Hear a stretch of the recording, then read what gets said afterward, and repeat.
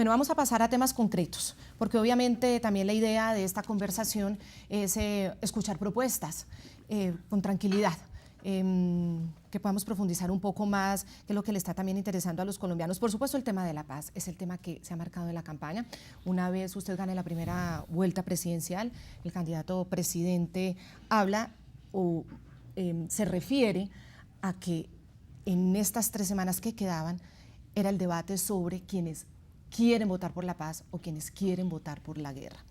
¿Usted no le da miedo pasar a la historia como la persona que no quiso la paz? Yo nunca lo he dicho así. Me parece que es un planteamiento equivocado. Decir que es una decisión entre la paz y la guerra no corresponde a la realidad ni a la verdad. Es un planteamiento sobre qué tipo de paz queremos los colombianos, que eso es legítimo. Yo quiero una paz negociada, pero basada en la justicia. Yo quiero una paz negociada donde yo le pueda exigir a quienes tanto daño le han hecho a la sociedad que suspendan acción criminal. ¿Será que es mucho decir exigirle a las FARC que no recluten más niños para poder alcanzar una paz negociada? O que acaben con las minas antipersona, o que no sigan asesinando colombianos inocentes o asesinando a sangre fría soldados y policías. Eso es un mínimo de condiciones que son muchos años donde las FARC le ha hecho mucho daño a los colombianos. Y entonces, ¿cómo no va a ser de una democracia, de un Estado legítimo, natural exigir que haya una suspensión de todas esas acciones criminales? Yo quiero esa paz. Mire esta reflexión, Claudia. Hace pocos días un juez de la República en Colombia le impuso una pena de 5 meses a un colombiano que reincidió en el robo de 2 chocolatinas. ¿Cómo nos van a decir ahora que en aras de la paz una persona desde la guerrilla que ha cometido crímenes atroces o delitos de lesa humanidad mañana no pague un solo día de cárcel? Eso no lo va a entender nadie en Colombia. ¿Cuántas personas están hoy pagando penas de 5 o 7 años por delitos menores? Doctor Entonces, Zuluaga, la paz pero, tiene que tener sí, elementos de justicia muy claros. Y está muy claro y usted ha sido enfático en eso durante todos estos días. Pero le quiero preguntar lo siguiente, mire que el argumento también que dan quienes creen genuinamente en el proceso de paz es, bueno, son los sapos que hay que tragarse a cambio de que dejen en el futuro de matar, es decir, que se acabe de una vez por todas el derramamiento de sangre. Frente a ese argumento, ¿usted no cree que hay que ser de pronto un poco más receptivos? Y flexible. Te voy a dar un caso en el que nosotros estamos siendo muy flexibles. Un cabecilla de las FARC, que hoy tiene procesos con la justicia colombiana, tendría que pagar una pena de 60 años. ¿Qué estoy planteando yo? En aras de la paz, hagámosle una reducción de la pena, que sean 6 años. Pero que reconozca que le ha hecho un daño a la sociedad, que Colombia ha sufrido mucho.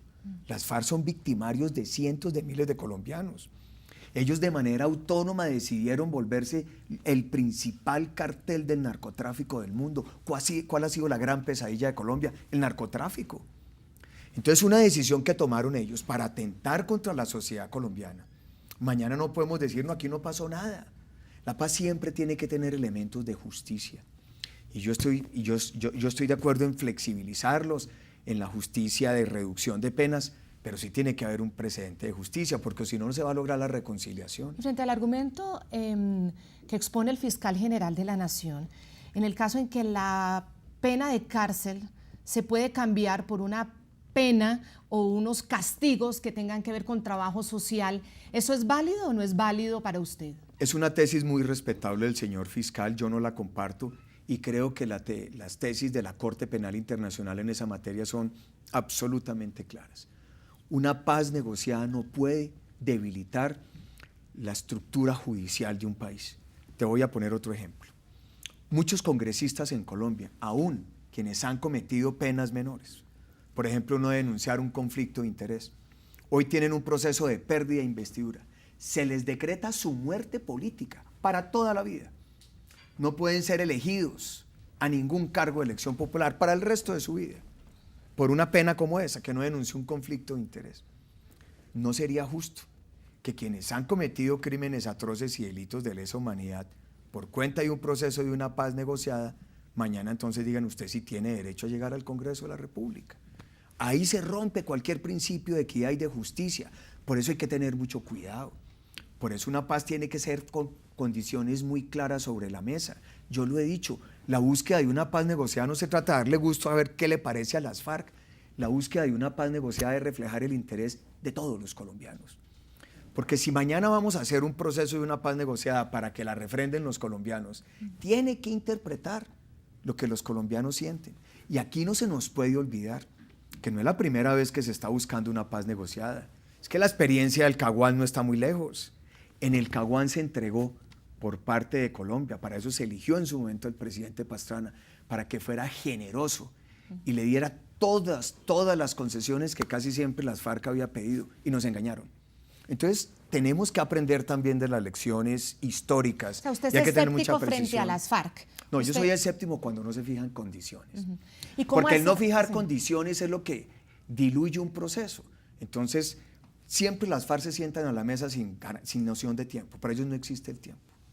No tienen afán, no tienen ninguna circunstancia. En este momento están cómodos todos los cabecillas en La Habana. Muchos colombianos dicen que son unas vacaciones ya muy largas. No hay unos términos, no hay una precisión, y un Estado democrático necesita tiempo, necesita verificación, necesita respuesta y resultados, porque es un esfuerzo muy grande el que se está haciendo. Frente a ese tema concreto, que es muy cierto, en los tiempos de las FARC todos lo saben, y todos los que han hecho negociaciones de paz con las FARC dicen que las FARC no manejan tiempos, no tienen tiempos. Precisamente por eso, si usted llega a ponerles condiciones, ese argumento es un argumento que también están exponiendo quienes están defendiendo la teoría de paz del presidente Santos. Usted llega y les pone condiciones, ellos no van a tener ningún problema en decirle, no me sirven las condiciones. Entonces, ¿cuál es la voluntad de paz que tienen? ¿Solo las condiciones de ellos? Es que ahí es donde estamos haciendo una elección. Esta es una democracia, estamos haciendo unas elecciones democráticas, donde el pueblo colombiano, cada ciudadano de manera libre y autónoma se está pronunciando, le está dando un mensaje. En eso consiste una democracia. Si yo voy a llevar a cabo una negociación, yo tengo que representar a los colombianos. No es lo que me parezca a mí como presidente. No se trata de una paz que me parezca que es buena a mí. Es una paz que interprete el sentimiento de los colombianos. Y eso es lo que tiene que reflejarse en una mesa de negociación. Las FARC tienen que entender eso, porque es la única forma de avanzar una paz negociada. Si es solo las exigencias de ellos, si es solo aceptando las condiciones de ellos, entonces ¿cómo hace un Estado legítimo para sentarse en una mesa bajo esa premisa? Usted aceptó cuando hizo la alianza con el Partido Conservador, con este grupo importante de conservadores, de congresistas que le acompañaron, y con el liderazgo de la doctora Marta Lucía Ramírez, en no levantarse de la mesa inmediatamente si gana, sino dar un tiempo para ponerle las condiciones. Eso quiere decir que usted de todas maneras cree que sí hay algo avanzando, ¿no? O sea, ¿tiene algo de esperanza de que lo que se esté negociando hasta el momento pues ha tenido algún logro? Mire, yo ese acuerdo que hice con la doctora Marta Lucía Ramírez y el Partido Conservador muestra que soy una persona que escucha, que mi talante como gobernante es tratar de interpretar a los colombianos en ese sentir. Y por eso dije, bueno, démosle continuidad al proceso, evaluemos lo que se ha acordado y lo que se ha negociado, sentémonos a ver cuál es la ruta que se ha trazado, pero bajo una premisa, que esas condiciones las tenga que aceptar las FARC para poder continuar hacia una paz negociada. Si yo gano la elección, las FARC tienen que entender ese mensaje, porque aquí hay una manifestación democrática del país. Si ellos tienen la convicción de regresar a la vida civil, de ser alternativa política en las condiciones que yo he planteado, pues tienen que reconocerlo. Y de eso se trata. Los avances que hemos logrado en tantos años, sobre todo en los años de la seguridad democrática, demostró cómo se puede debilitar y desarticular las estructuras al margen de la ley. Se demostró la capacidad que tiene la institucionalidad para poder lograr resultados importantes. Y esas nuevas realidades deben reflejarse en esa mesa de negociación, pero no se nos puede olvidar. Colombia es una democracia y el presidente de la República representa un Estado legítimo. Y eso tiene que estar como condición puesto sobre una mesa de negociación en un tema tan importante como es la búsqueda de la paz negociada. Yo quiero preguntarle una cosa en concreto. Y en el programa La Noche le estamos preguntando a muchos actores de la política nacional y también a intelectuales y personas que permanentemente pasan por nuestro programa. El presidente Santos, hace muy pocos días, con obviamente lo logrado en La Habana sobre la declaración conjunta del gobierno y las FARC sobre las víctimas, dijo que esto era una muestra de que definitivamente pues, la paz sí está cerca. Concretamente en el punto 2 de esa declaración conjunta dice lo siguiente: en el reconocimiento de las responsabilidades frente a las víctimas. No vamos a intercambiar impunidades. ¿Usted cómo interpreta eso? Pero no sé cuál es el alcance, porque un punto de víctimas debería tener como primer elemento central el que las FARC son victimarios.